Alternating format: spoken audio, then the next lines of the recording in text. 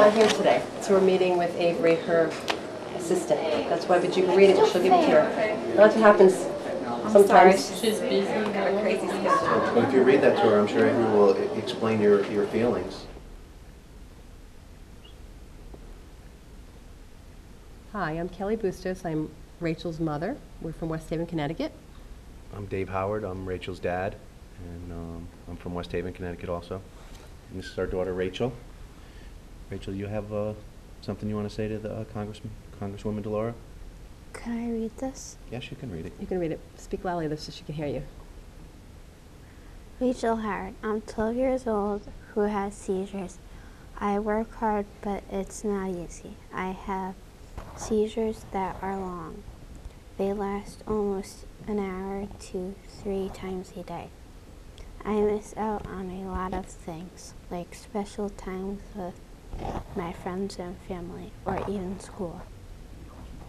Please help find a cure for epilepsy. Thanks, Rachel. West Haven, Connecticut. Good. Want me to read these 2 things? No, you don't need to read those. Why not? Because she has a picture of that. She has a picture of that, honey. She's going to have a picture of that. We can see this, and there's a picture of it with what we left. We're sorry that we missed you. We just wanted to talk to you about supporting the $8.5 million for the CDC epilepsy program, $4 million for the epilepsy program, and a 6.7 increase to the National Institute of Health and the National Institute of Neurological Disorders and Strokes. We also want to ask Congress to make clear that people with epilepsy have protection against discriminations in the workplace if they have seizures. Congress should enact legislation to restore the coverage and protections lost under the ADA due to court decisions limiting who is protected. Congress should also reject any amendments to the ADA or new legislation that would weaken protections under the law. We would really appreciate it if you would support this and fully fund what is needed for epilepsy programs throughout the country and State of Connecticut. in the state of Connecticut. Needs to roll down.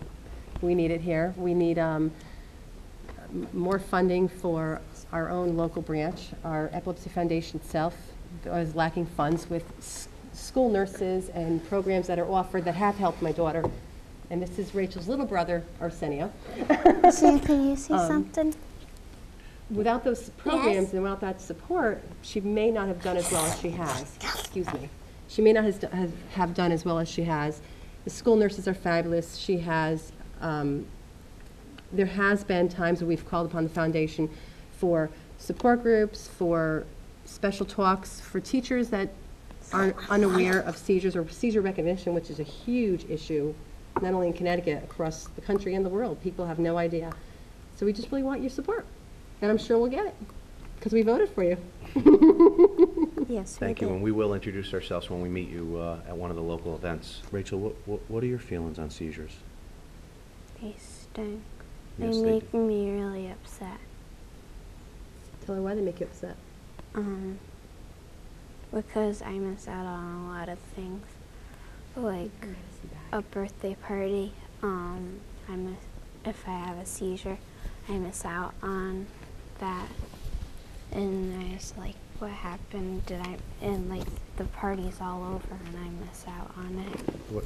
The way I could explain it, that I try to reason it with it, is a lot of times we'll go walk into another room. In our minds, we want to get something. When we get into that room, we forget what we're in that room for. It happens to all of us. Well, Rachel, it happens at an hour at a time. She loses an hour of her day, sometimes 2 and 3 times a day.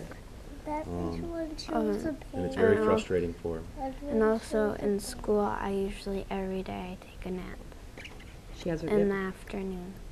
She naps every day in school, so she's behind some of her schoolwork, and if she's not behind... And I really get upset.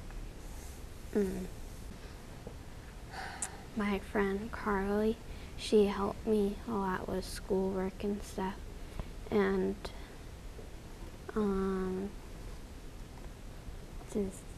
all my friends really just helped me a lot. They're very understanding, her friends. She has a good little group of friends. I wanted to show you one thing, Rosa. This is a typical day, and I know this is going to, so that's why I'm doing it. This is what we call Rachel's med bag.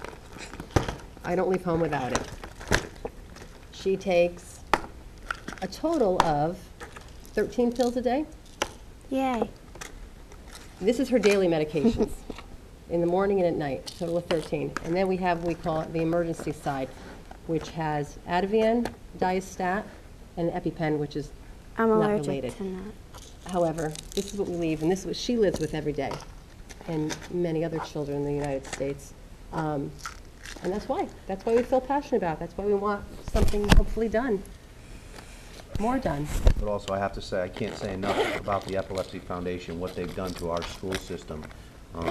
They've come in and they've taught the teachers how to deal with Rachel with her seizures, and educated both the administrators and the teachers on how to deal with Rachel and the parents and her siblings on how to deal with a seizure situation. Right now, Rachel went from an elementary school where she had a very close-knit group of friends to a middle school. That's a new experience.